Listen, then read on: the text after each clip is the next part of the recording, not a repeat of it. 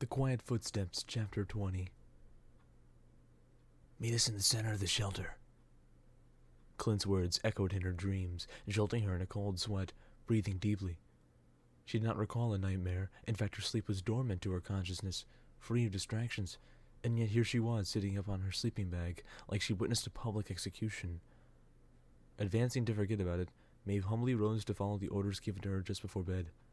3 days ago, she rose to greet Clint in the Everlight Forest, and after a couple days of dually friendship, she was noticed for a specific purpose of her skills. She put her coat on and nearly tripped on the cardboard box on the door, accompanied by a note. "I'm sure this will fit you, so I thought I'd hand them down. Mariah." Intrigued, Maeve opened the box and welcomed her new garment with an eager, heartwarming smile, a feeling so alien to her that she dismissed it as a fluke, raising her new leggings to replace the unbearably denim dreams she scavenged a year ago. They fit snug like a second skin, freeing her legs to her ankles, no longer restricting her when she ran. All the Marauders gathered inside a massive hut with a large ground table, circumnavigating the attendees, engulfing most of the room as they eagerly awaited their leaders, showcasing their collective hard work with the fashioned glimwood oak, showcasing a pastel white hardwood tabletop. Maeve grew excited. The echoes of the folks' conversations failed to allay her, but the eagerness to be part of something, to achieve a greater goal, it gave her one thing she had wanted in her life: purpose. She knew how crucial she'd be on this plan, how many lives depended on her success in this operation. Arms crossed, leaning against the wall in the back of her room, her slim, confident smile imitated a rebellious nature, an outsider with agency, for it was her dream, but she was only playing the part. Bells rang not far from the building, and the door creaked open with Clint and Mariah behind it. Then Somo appeared, his large, silky brown trench coat failing to hide his age, waving at his fellow Marauders as he approached the front of the table, gesturing and gazing at all who appeared around it in appraisal. "Hello, everyone." A flat, focused voice diligently drifted from Somo's mouth, orderly silencing the surrounding people. "The plan begins now. Clint, the map." Clint handed a scroll to the beast-sized Somo, taking the space of 2 people in the room. But the Marauders, including Maeve, respected his flat, neutral expression. A calculating leader, ready to take on any challenge to his core beliefs that evolved into the Marauders today. Somo cleared his throat, opening the scroll to lay out an enormous, greatly detailed and useful hand-drawn map of Resistance Space Delta. Somo grinned. "Right, went through some lengths, huh?" Every entrance, every exit, every station guard, every window, the map revealed it all. A small outpost in the enchanted forest, Resistance Space Delta, was the codename chosen by Clint's genius brain over a bowl of chicken soup last night. As the smallest and most encased resistance base, it acts as a harvesting area for magicians, sorcerers, and witches to link, bind, and activate crystals for use in the Resistance's fight. "It'll only be a 5-man team, mostly just to survive the voyage, or else I'd have it smaller." Somo reassured the somewhat skittish crowd at the mention of a base infiltration operation, almost like they were about to go to war. "All we need are the crystals, just a large bag of them." He squinted as he gazed at the list of people at the bottom corner of the map. "We're sending 5 highly skilled volunteers. Mariah, Clint, Hugh, Donnie, and Maeve?" "It's Maeve Sono," Clint corrected with a whisper to his ear. "Pronounced Maeve." Chatter arose with shaking heads and faint whispers surrounding them, confused looks across their faces. Somo gandered at Clint dumbfoundedly. "I still don't know who that is, Clint. All I know is that she wields a crystal. I keep her name from me until now." "She's shy, Somo," Clint confirmed him brashly. "That's why I told you to keep your name out." "Oh, you know how my memory's been," Somo retorted in private to Clint with a lowered voice. "We shouldn't have planned this so soon. I don't know half of your plan. We don't even know where the unprotected crystals are." "We'll figure it out," Clint reassured with a commotion and giggled.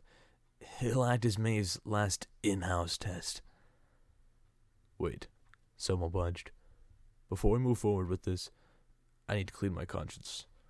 He raised a hand at the crowd, halting their small talk, hardly noticed by Maeve in the back of the room. We will succeed in this, Somo reassured the Marauders.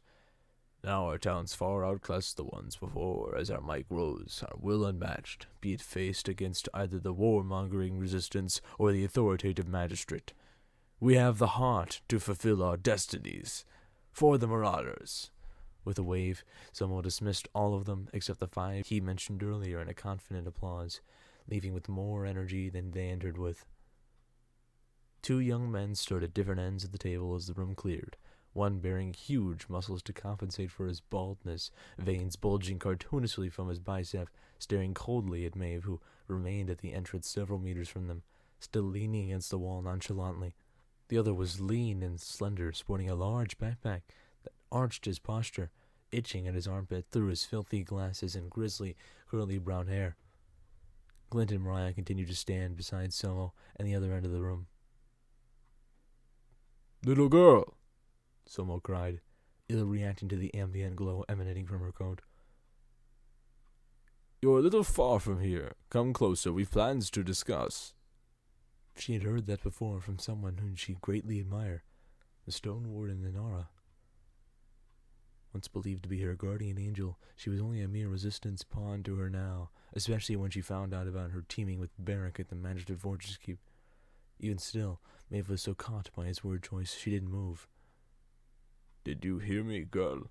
Somo restated, growing annoyed at her immature posture against the wall. "I need to ask you a few questions." Maeve sparked to life and awkwardly began pacing forward. As she approached, Clint's expression worsened at Somo. "What are you going to ask her?" "I can tell you all you need to know. She's a little shy, remember?" Somo raised his hand, and Clint immediately silenced. "Do you have any parents, Maeve?" "Not that I can remember well," Maeve started. "All I have is this." She handed Somo her pocket watch, giving instructions on how to unlatch it. Somo unlatched the centerpiece and looked at the picture of the woman with the note at the bottom.